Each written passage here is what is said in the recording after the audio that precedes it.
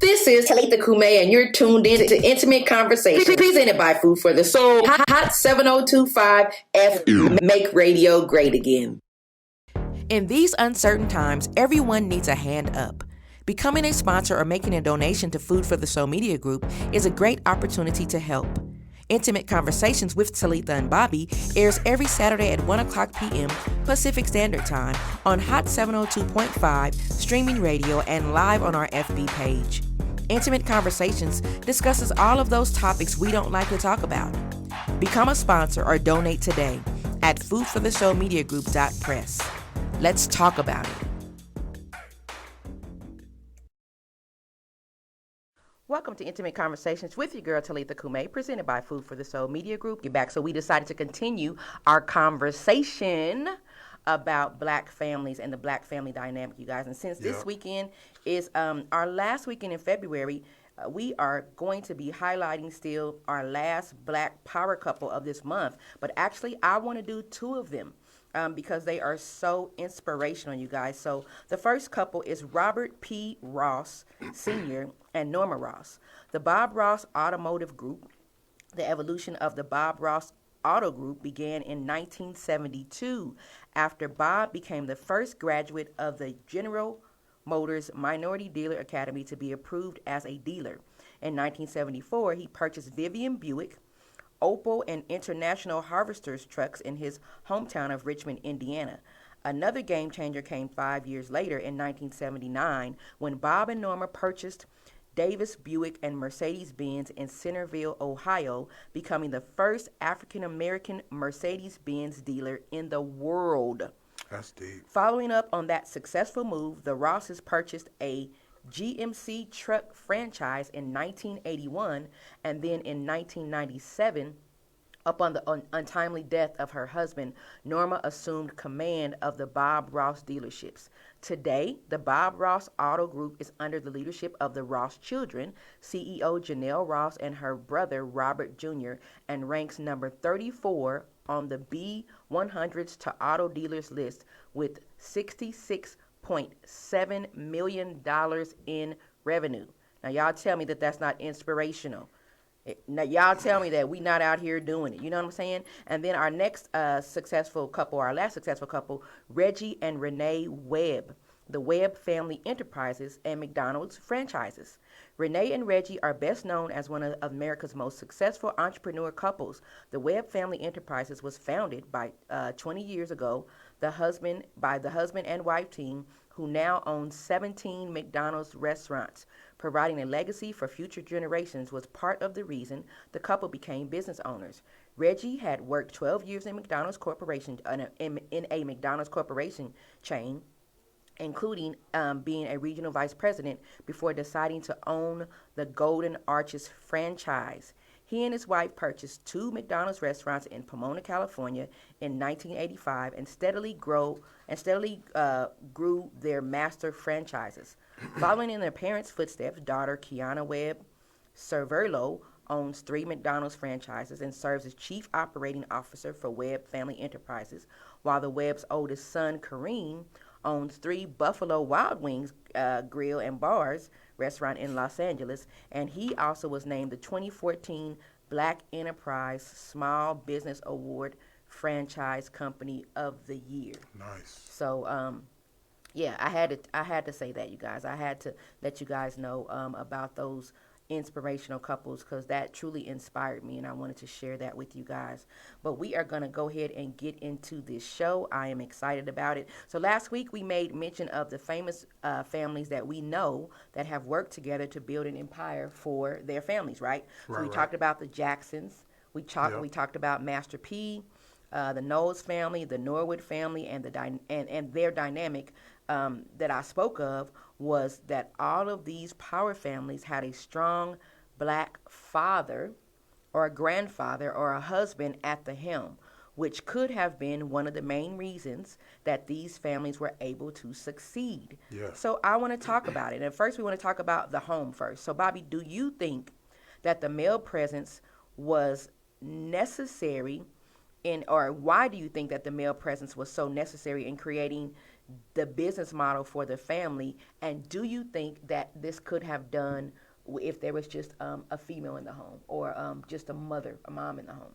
Now, when you say just could be done like on a full-time basis, or is it like? Yeah, I'm talking about like this, the dynamic that they had, that these families we see, the Jacksons, Master P, the Knowles, Oh, all those families. all of those. No. No, I'm saying all of those families. That's the model. So Right. if we're talking about the model, do you think that a lot of black families could have gotten to maybe a status like this, or could we get to a status like this with the just the mother at the helm, or why do you think first that the male presence was necessary for these families, and do you think that could have been done with just a woman, and then kind of bring it to now?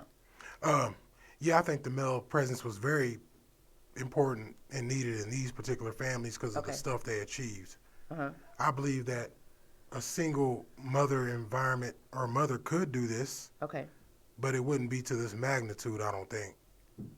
I think the level of influence these guys have is because there's been a strong male influence in all their, like Master P's grandfather, Master P being that way for his kids, the Jacksons, the way they operate. I think there needs to be that male influence to get to this level. So with these people, and because they've reached like superstar status, we talked about that. We talked about how, the Norwood family, even though y'all sleep on Ray J, Ray J got a whole lot of stuff going on, and he's not just Brandy's brother. I joked about that last time, but he has a lot of stuff going on, but they work together as a family for the come up. You know what I'm saying? And so they have millions. You have the Jacksons, who have millions, including Michael Jackson's fortune, you know what I'm saying, that helped them get to where they were. You got Master P, who has millions. And so you're saying that you think that to get to that status, that it is that male role model or that male presence was needed. But why do you think that? Why do you think it was needed? I think it just shows a stronger structure. I think the male presence is naturally just I guess kind of what do you call it? Corrective. You think? A little bit. So like if things start to go like a little bit of, like even with kids, like you kind of respect your daddy a little different than you do your mom. Like you treat him a little different. You reverence him different when he comes in. Even if he doesn't say anything, you already know that structure or that discipline coming from my dad's, I guess, dadliness kind of makes me stand different a little more upright. You think so? I believe so. So a woman, I think you handle business a little stronger. I think women that have dads around handle business a little stronger. Not always, but in most cases, Okay. And so with the family structure now, you're saying that you think, though, that women can lead. Yes. They can create this dynamic as well, but it just would be different, you're saying? Harder obstacles, I think. I think that it's just it's less obstacles when you have both. When you have a dad around to kind of guide you, Yeah. You deal with less turmoil, less things less, attacks, all those things that dad's kind of around to kind of guard. Okay. So. Okay, I can see that. I can see, like I said, I'm always questioning where our black men are, and are they being pushed to the side in this 21st century? I believe that they absolutely are, but I also believe that a black woman can hold it down. But it is true that there's a different dynamic because because black women or black mothers, we already are taught to be the nurturers. Right. So we're having to nurture our children. But if we don't have a black male presence, we also have to go out and work and then be the black father, so to speak. So we're having to do both. Right. And that's a little bit difficult, trying to do that and then trying to maybe start a family business or something when you have to have on so many hats and you don't have that help. Yeah. So I can agree with that. I can agree that it would be a little bit more difficult. But let's talk about the family and business when it comes to siblings and the power struggle. So I found this really to be interesting. I can think of two examples right now, weird but true. The biblical parable of the prodigal son was a prime example of sibling rivalry, so to speak, and the breakdown of siblings who could have worked together. But the young brother, in the parable, the young brother got his inheritance from the dad and went out and squandered it, leaving the older brother home to work the family business. So that was one example. And then the second one was watching Empire. I'm a true fan. I was a true fan. I journeyed all the way through all of the series. And I watched every week at how the father, as crooked as he was, worked with the mother to build the legacy. And then the kids worked the business, together with the family, right, with the mom and dad, right? But we continuously saw envy and strife and backbiting between the brothers. Why? So I want your opinion, Bob, on why do you think that siblings can't get along to help create a family business? And I'm talking about black siblings because we're talking about the black family. So we're not talking about all siblings, but we're talking about that, that presence of the black siblings, and why are we not able to get it together to be able to help build our family legacy? Because we see that breakdown a lot. A lot. I think if you look at our black people and all the examples that we have, the ones that you see coming together and making it work, there's one star that shines a little bit brighter than the other one. Yeah. But the one that doesn't shine that hard pushes the other one to shine harder. Okay. So the one that doesn't shine as hard, and I use these references because it's easier to understand, I think. Okay. But the one that doesn't shine that hard doesn't have a form of greed. So they're able to work together. Because when one of them gets greedy, you can't work together, whether it be like, I prefer my time to myself, I prefer my craft to myself, I prefer my, you can't work together and you can't build. So the other star doesn't get to shine. And I see this a lot. Like I look at Tony and Chris, Tony Rock and Chris Rock. Tony Rock is great. Yeah. Tony Rock is great in his own world. Chris Rock was able to tap a whole nother area of people, although he's hardcore. You watch his early stuff, he was super hard, but like he was able to tap another realm of people, but they decided to work together on both ends, kind of like Ray J and Brandy. So I think that once one gets a form of greed in their mind, it's impossible to work together. And I think that's why we fall apart. We're pitted against each other. You can have a little bit more if you do this, you can do this, and you can do that. And then we just stay separate, believe in that hype. What about when the star, say it's the star sibling, they get the big head though. The star sibling gets the big head, and then they start ordering the other siblings around, or they say you wouldn't be nothing without me, or I'm the person who runs the ship or whatever. What about that? That's also another side of why they don't come up. How many times do you see that? Yeah. From people who've made it to superstar status, whether it be A or B. How many times do you see that? You see it on TV, right? But you don't necessarily see it in real life. For them, and then they continue to work. The ones you do see it. Yeah. I'm trying to think of a real example of when that happened, but I can't think of an example. I can't think of an example per se, but like outside of television. Yeah, outside of TV, but I can say that. Well, no, yeah, I can't say that, but I do know that it happens. It really happens. It happens with friends and stuff like Bobby Brown. They were. But they don't show, you don't get to see the siblings go through that get to be seen working together, because there's already too many that don't.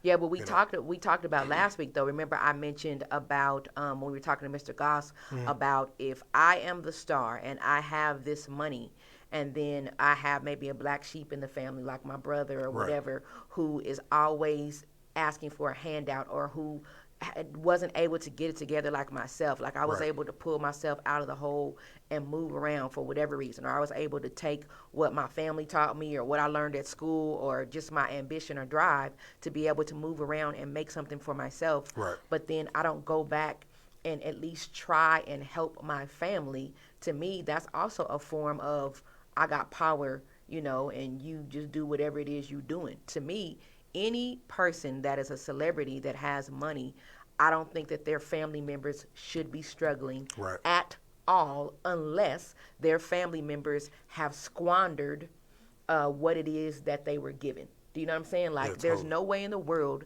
that I would be a star and my family or my brothers and sisters not taken care of if I had the ability to take care of them. Now, I'm going to take care of you. I'm going to give you some money. I'm going to show you how to do what it is that you do, or I'm going to bring you along and help me out in my craft, or, maybe support your dream or invest in your dream. And after that, then it's on you to get it. But Right. at least I started out I took the initiative to start that out and help you succeed. I'm already seeing this right now. Yeah. Like my little brother, he's one of the most selfish people I know, Oh Lord. and Wow. it's Okay. sad. Yeah. It's sad because of where he got caught, where he got, his age when he got caught in religion kept him there, Okay. and it kept him with serving religion and not serving people. Mhm. My little sister, on the other hand, was at an age to where, yeah, I'm gonna still believe what I believe, but I'm not gonna go along with all those shenanigans. Okay. So she's able to walk away from all that, and she's there for everybody. Yeah. She's is. a helping hand for everybody. Yeah. She'll always help everybody to the end. Right. I It's believe what she's that. philanthropist. She's done that forever. That's what she does. So, Mhm. you get to see these two different spectrums. I know from this season of me growing, or from us growing and building and doing all the things we're doing now, the people who are grinding with us now are the people who will be dining with us later. I'm not giving any meals to people who don't want to get in these trenches, and I know a lot of people say that stuff, but I'm really not. I can completely see that. You know what I mean? Yeah. Because it's like I gave you an opportunity. I wasn't a cat that didn't. I always hit people up and offer somebody an opportunity to do and be a part of with whatever I'm doing. Always. I can. And then whenever see they that. slam the door in my face, Yeah. well then slam the door on your blessings. Yeah. I'm trying to make that. I'm trying to be these guys. I can already see I can see how that works. Mm-hmm. I can see how you get there. Yeah. But nobody in my immediate wants to do that. So Yeah. I Well- understand it all too well. Well, you look at the the power couples that we talked about as far as them starting up their businesses. So, if it's not going to be our family, Bob, then it's up to me and you, the power couple, as long as we are around, to go ahead and make sure that we start this dynamic of building a legacy through us. Right. So it goes from us, and then it goes to our baby, and then hopefully when our baby has babies, then it continues. And that's just the way it has to be if we were not, hey, Kasha, if we were not able to, do it amongst our families. Like for Right. me, what's crazy, I don't know if I talked about this before, but right before my father got sick, my brother that's up under me, he came to the family with an idea because he was like, hey, we should all pool our monies together and help each other in our businesses or start a family business so that we can make sure that we have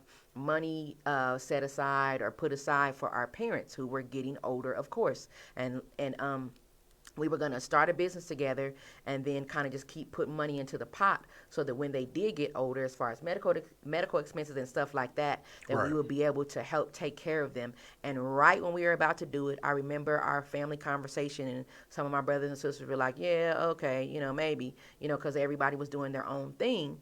But I came in like, oh my gosh, that's a wonderful idea. And so I was like, okay, well, maybe instead of putting together a family business, because we all had our own kind of family businesses, we were all doing our own thing. I'm like, why not just create an umbrella company, a corporation that is headed, by my parents or whatever, and we come together and then we start to help invest in our own personal businesses, but we make sure that we take money aside, almost like how we do tithes, Right. and we put money back into the pot of the corporation.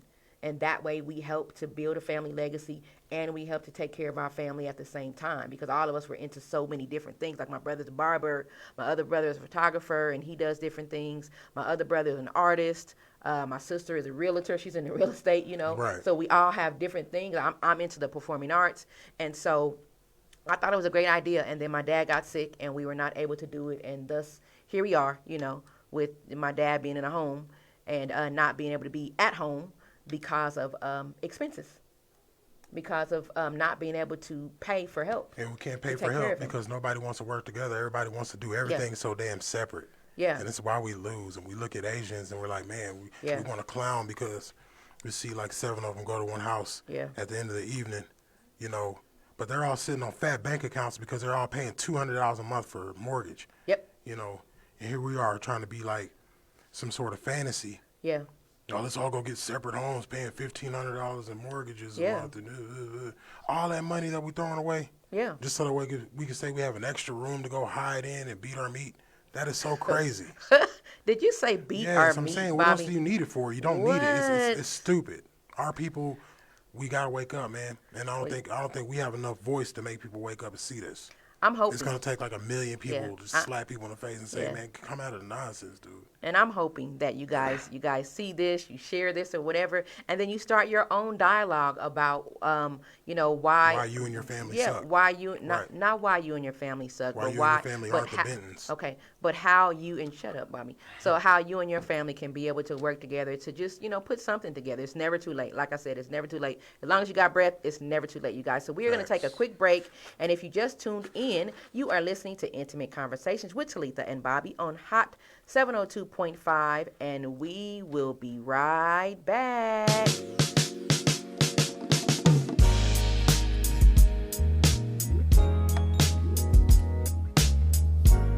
Moral of the story is, one for my brother when I want for myself. You know what I'm saying?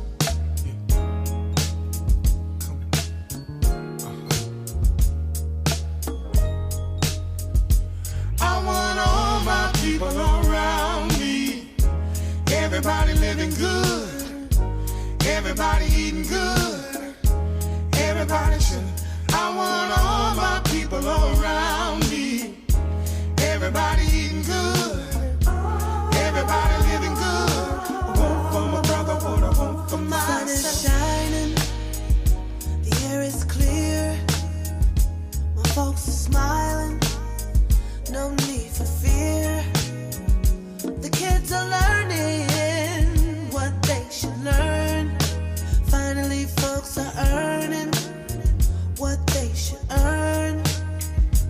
I want all my people around me, everybody living good, everybody eating good, everybody chilling.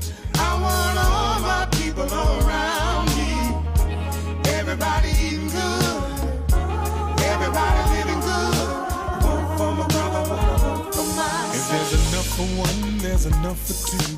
It starts with me and it starts with you. It's complicated, but it's simple too.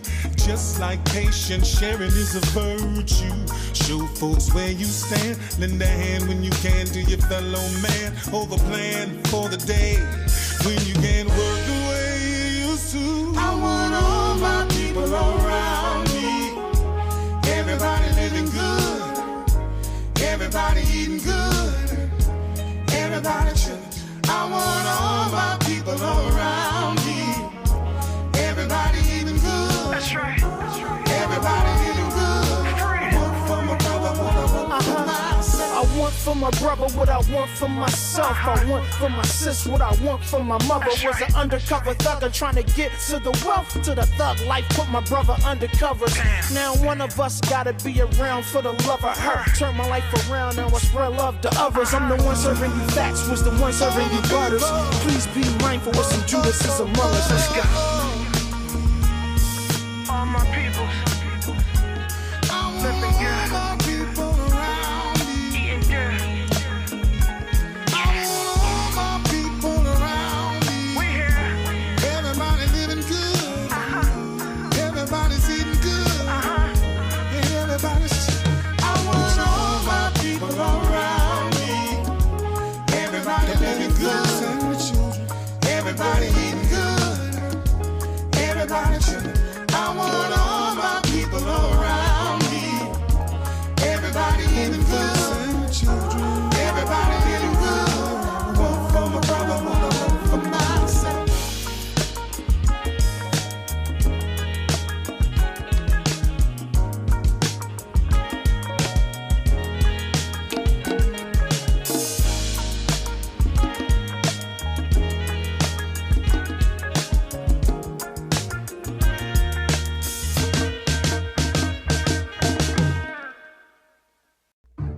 In these uncertain times, everyone needs a hand up. Becoming a sponsor or making a donation to Food for the Soul Media Group is a great opportunity to help. Intimate Conversations with Talitha and Bobby airs every Saturday at 1 o'clock p.m. Pacific Standard Time on Hot 702.5 FM streaming radio and live on our FB page. Intimate Conversations discusses all of those topics we don't like to talk about.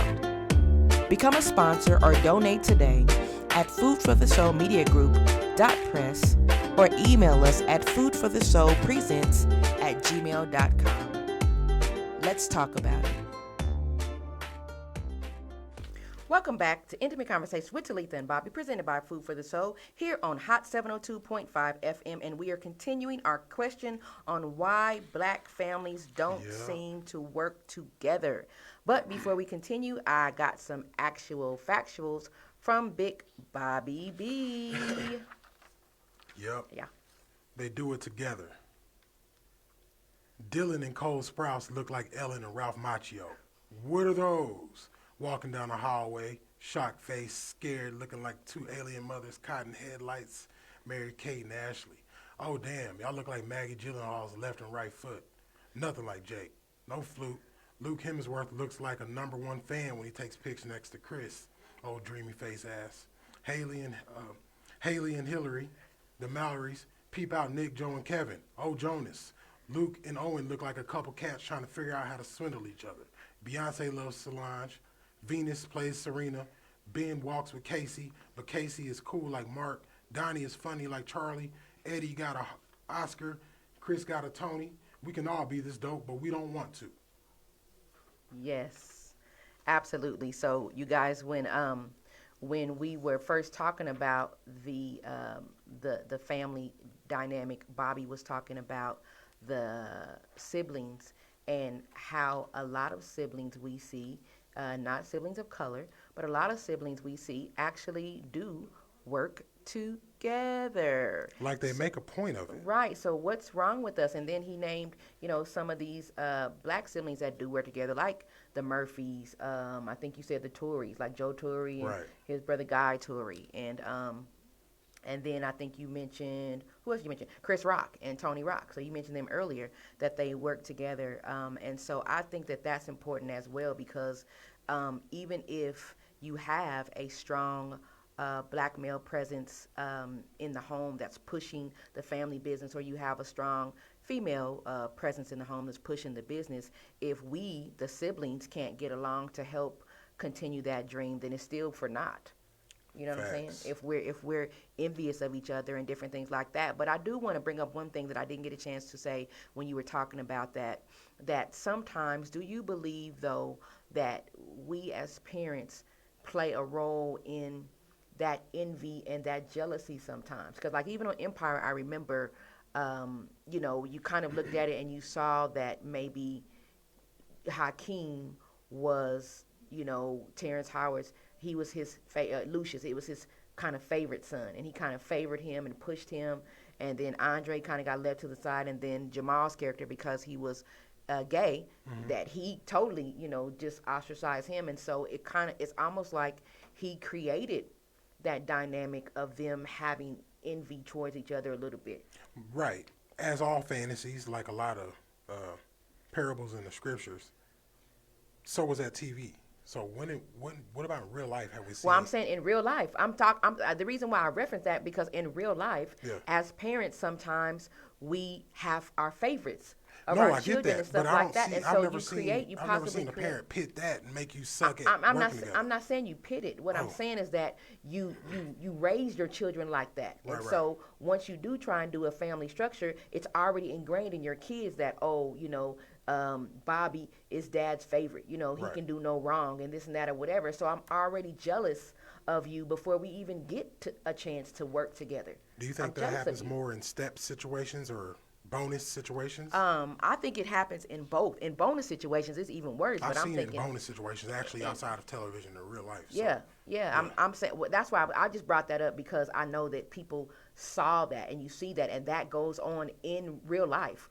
where you have a parent sometimes who has a favorite, and maybe just because their favorite, maybe because that child is like the better child, as far as that child never gave them any problems, or that child was always there for them or whatever, so they seem to gravitate towards that kid, leaving the other kid kind of stuck out there, creating that envy, because you're like fighting for your parents' love, so to speak, or whatever. So why would I want to work with you? Because I know that my mom is going to give, or mom's going to give you the best job or the best this, or if you mess up, it's cool. But if you don't all mess that up, thinking starts stems with greed. So if you have that thinking in your mind in the first place, then you can't work together. Okay. You know, And why wouldn't this and if mom, instead of just playing your part?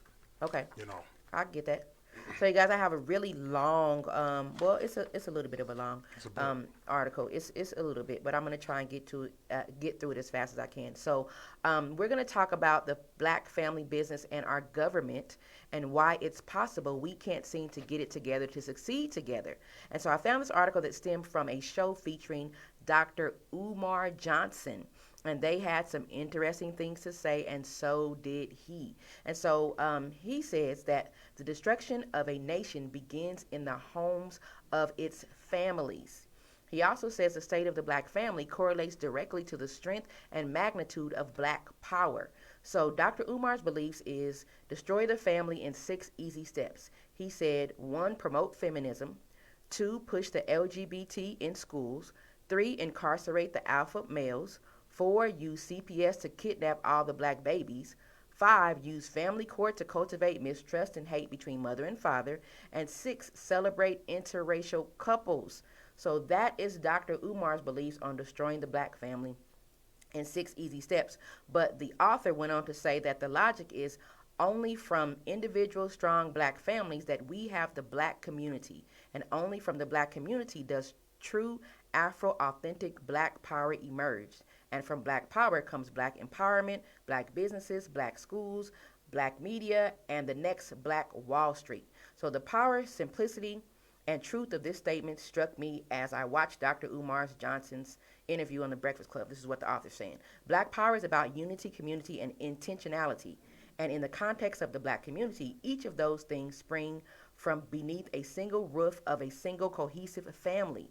It starts at the dinner table, in the family, and in the backyard, and before a child is even born. So she goes on to say that more than 72% of children in the African American community are born out of wedlock. She also says that children who grow up without fathers are 4 times more likely to be poor, more likely to abuse drugs and alcohol, twice as likely to commit suicide, achieve lower grades in school, and more likely to drop out of school. Fatherless kids are also more likely to commit a crime and get pregnant as teenagers, possibly continuing the vicious cycle of out-of-wedlock births. She also said between 1994 and 1999, 2/3 of people sentenced to the death penalty were black, and that was because of when Bill Clinton entered the office, he worked to make dozens of new crimes eligible for punishment by death, so we lost our black men to the prison system. She also said, while the left thought that they were doing us a favor, the lack of accountability applied to the distribution of welfare handouts have led black people to simply settle for less than great living situations. Once a family was on welfare, it was difficult for a parent to return to school because college classes do not count as work and the family could lose access to welfare. So she said, where's the incentive to work? There is none. There's only the incentive to rely on the government. A commonly used argument against socialism is that the safety net provided by the government will stifle the drive and determination to be self-made and to work and work to the top on your own. Also, the last thing Dr. Umar said was, in the 70s, the government started shutting down factories where skilled black laborers were no longer able to work and provide for their families, and they also took the basic skills classes out of high schools where young black boys and girls were unable to graduate learning a skill or trade, and that pushed them and they pushed them to start going to college to get a degree. That was a lot that this article said. So do you believe this push was obvious, Bobby, but not obvious? Like, did this stop? Because I felt like it stopped blacks, to me, from thinking that they could do for themselves. It stopped us from thinking we could do for ourselves, and it totally made us dependent upon the system. I mean, it's like they snatched it away from us. I think the only thing that makes us dependent and makes us feel like we can't do for ourselves is watching everybody else do for them. Okay, say it one more time. We feel like we can't do for ourselves when we're steady watching everybody else do for themselves. Do for them. Okay. It's like, I agree with some of the stuff that Dr. Umar says, but a lot of his shit sounds pretty KKK to me. Okay. It sounds like the black side of the Ku Klux Klan. Okay. You know, it doesn't sound like unity here. It sounds he's a Pan-African. I understand what he is. I totally get it. But Uh-huh. he sounds more like he's trying to tell people, He's like, well, the glass fell off off the side of the counter and hit the floor and broke. Mm-hmm. As opposed to telling people or talking about the fact that the glass just needed to be pushed back and not so close to the edge. Okay. It sounds like reading this long ass article sounds like it sounds more like these are why we haven't. And people are actually we're living right now. Right. Chasing what we're chasing right now, doing things right now. Why are we still reading about what held us back and things of this nature? Well, I think what's that holding us back is not moving forward. Like Yeah. I read 2 out of 3 50-cent books, and none of them books seem like they teach black unity like this. Okay. It seems like in his books. Okay. And anymore, does he have any books anymore? Well, he has. I think he has some, and we'll go check them out. But the reason why I was reading the article was just because we were just talking about why we think maybe it just seems like it leaves everybody else out. It's just black. It doesn't. This is not just from this a little bit. It's a world issue. Like we shouldn't. It sounds like he's trying to, like the Klan is, right, keep everybody else out so we can keep our race black. I get it. Right. You know. And that's why I said, though, I specifically sought out articles about him because I know he talks about the black family dynamic.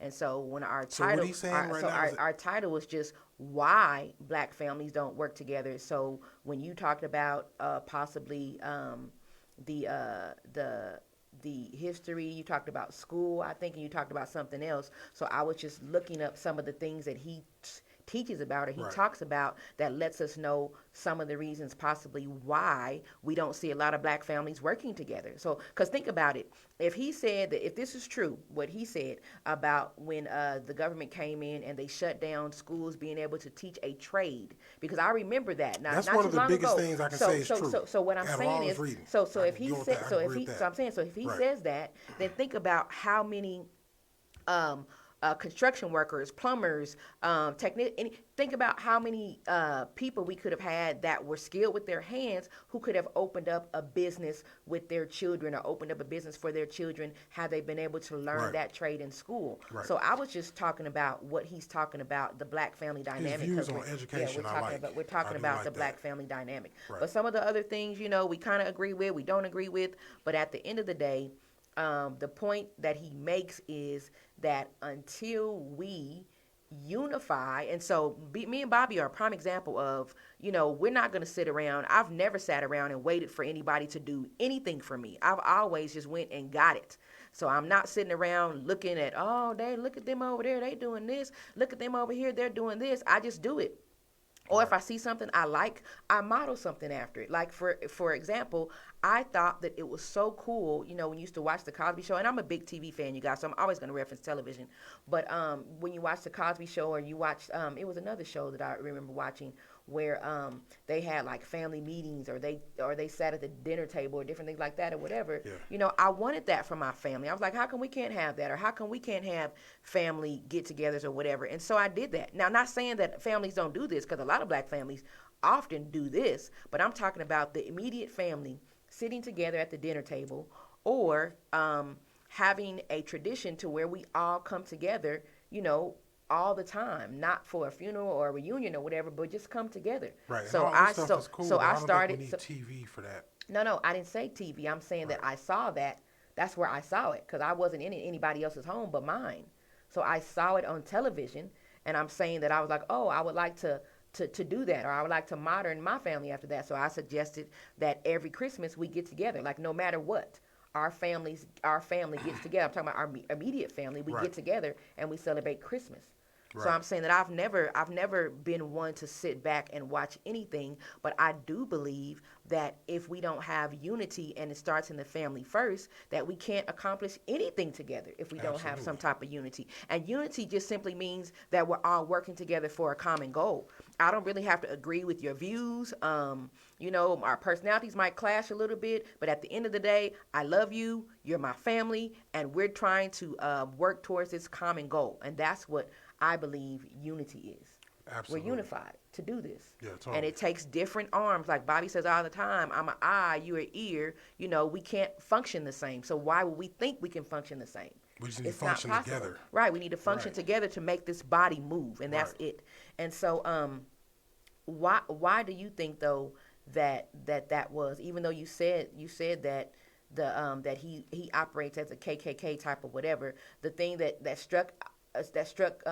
stood out to me was the fact that because they took the skills away, they pushed everybody to go to school. And he made a good point about education, about school, because I've always felt it was some bullshit. You're going to Right. school and you're getting this degree, and all of us African American students, we're working hard going to these schools, trying to prove ourselves better than the next person, better than our our other cultures. And then at the end of the day, we come out with all these degrees, but we still can't find jobs. I'm the only person in my immediate family, hear me, that did not go to a major university. Now that sounds really strange coming from an African American, Jamaican American man. Right. But I'm the only one in my immediate family that did not go to a major university, yet I'm the only one in my immediate family that is creating something that's willable and will be able to create wealth for my family. Everybody else is like, what are you going to pass on a job? Yeah. Here, I'm going Or to pass on my great degree. ability to work at Walmart. Here, let me pass on this great ability to do. What the hell is that? Yeah. I never understood that system. I always felt like if I can do it with my hands, I can make some coin and we're good. Yeah. I never understood the whole Cosby theology about let me teach you how to go to school to just become a doctor. Right. Whenever you can go to school to become a doctor, to use that doctor knowledge to do something great. You know, I never got that. But I agree. I can completely agree with that, you guys. My last article I found was about the black church, and that's because we were talking about the dynamic of the black family working together. And so this says that the black church might be the key to black economic empowerment. It says the early history of economic development in the black community involves the productive interaction between black churches, mutual aid societies, and fraternal lodges, all of which concern themselves with the material as well as moral well-being of the community. right. The black church is central to the economic development of the African American community for a number of reasons. It is the politically most influential institution in the African American community. It is nationally and internationally organized. It is the most independent of black institutions, being supported mainly by the black community itself. It's the largest socioeconomic institution in the black community, and it's the largest repository of black monetary wealth. Conservatively, the annual income of the institutional black church is over $2 billion. Did you hear me? $2 billion with no real education. $2 billion. The black church has a revolutionary potential it possesses for transforming the African American community and America as a whole. The black church as a nation could construct a nationwide economic wholesale retail network, which could in turn form a distribution and market network, which would then become the foundation of a black-owned and controlled manufacturing and export system. And then also it could link up chains of stores, and franchises could be established, or saying it could link up with organizations that we could establish chain stores, franchises, department stores. We could do all kinds of things with the black church if we would work together and realize that the black church could be the backbone of, starting our wealth. Or building our wealth. If we restructure the education, hell right. yeah. And I didn't finish the article because it was really long. But what did you think about that, Bobby? Does the church, or could the church play a role in helping our black families start businesses and maintain businesses and start to provide generational wealth, spreading our money around? Absolutely. Could they do that? They can definitely do that if they would stop patting their pockets and worrying more about another building. Let's educate our people. Ooh. Yeah. So that's rough. Black church wants to, continue. I heard the other day, man, one of my buddies called me. He said his buddy, who's a pastor, received a grant from somebody. Gave him, just hooked him up, like a blessing, 100 grand. And he was told, yeah, you can take some of that for yourself. My only complication with that is, what are we still getting money for building funds for? Yeah. I don't understand it. Because nobody's learning anything in here. There's no real education going forth in these establishments. These things are put together to neutralize us, you know, And and we make got- us weak and docile. There's no reason. Kirk Franklin has 632,000 songs out here, and his net worth is $8 million. That's weird to me. Yeah. That boy's on TV as much as Steve Harvey. The system is set up to make people look stupid. I don't believe it.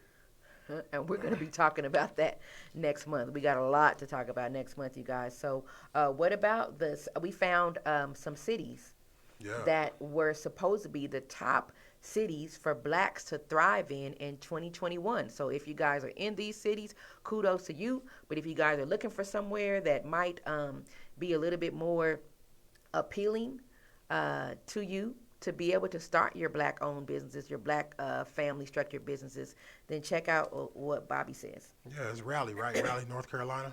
Raleigh, Raleigh, North Carolina. Orlando, Florida. Richmond, Virginia. Lansing, Michigan. Now, that surprises me, but I like that. San Antonio, Texas. Washington, D.C. San Diego, California. Columbus, Ohio. Dallas, Texas. And Seattle, Washington, which is also surprising because the weather's rainy.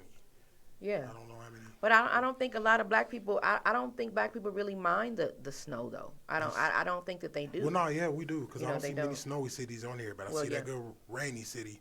And in Dallas, there's a mix of everything every week. So Washington D.C. is kind of snowy. I thought, isn't it?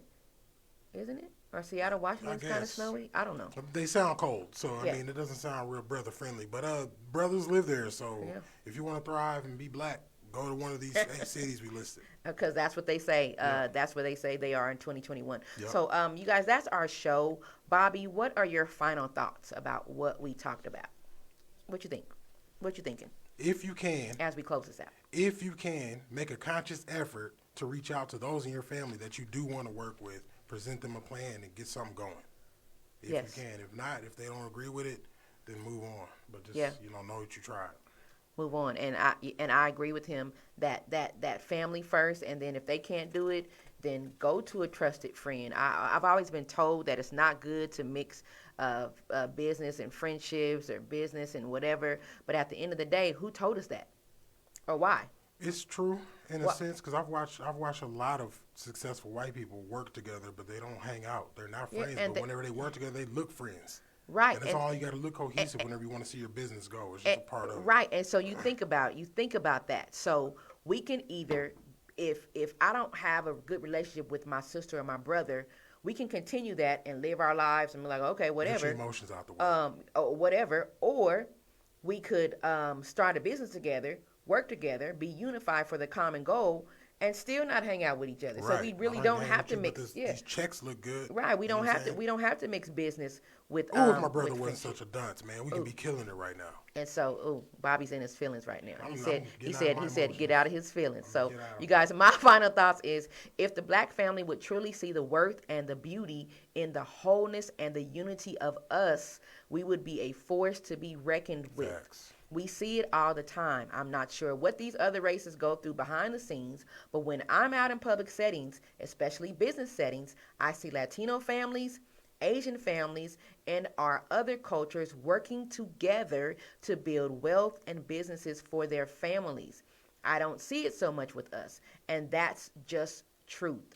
I see more of us getting great educations, degrees, but for what? To continue working for someone else that if something happened to you tomorrow would replace you in the blink of an eye. You can just pass over that diploma. Each year, we used to say, this year is my year, or this year will be better.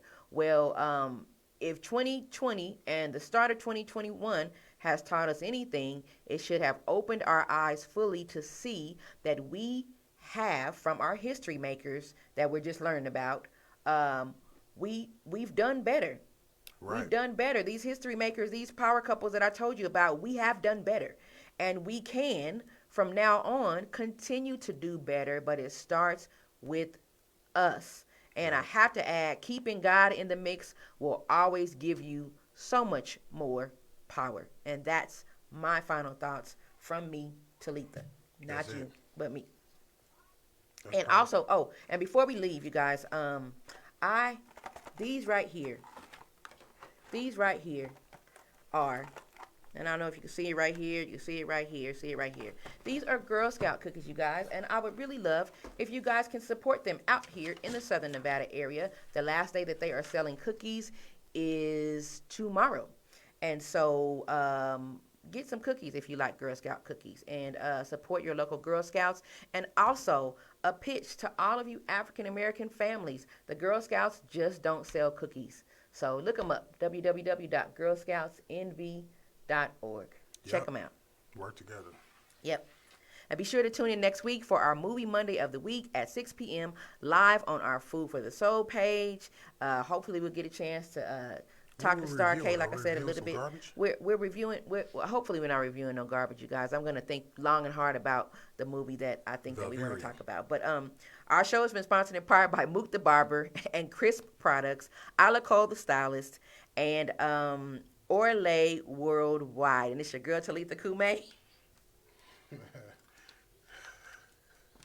It's your boy, Big Bobby B. You dig? Of Orlay Worldwide. Orlay Worldwide. Giving you something to talk about. And we're out. Yeah. How many people grumble and place blame when things don't go?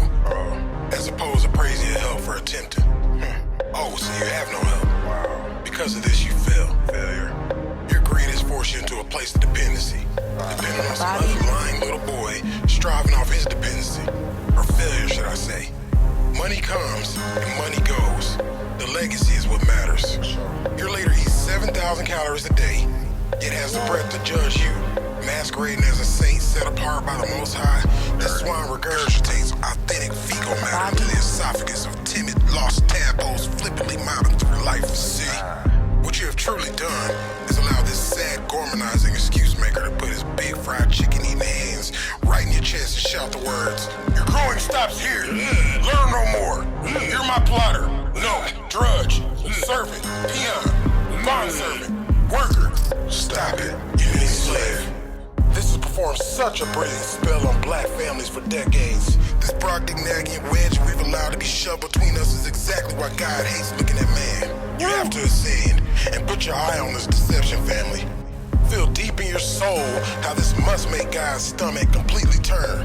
Watching us grouse and refute, denounce and dispute the hogwash. They're too loose, you're too noose. So the hell what? Find the beauty in fighting. Discover the radiance in figuring out a system of togetherness together. Your legacy depends on it.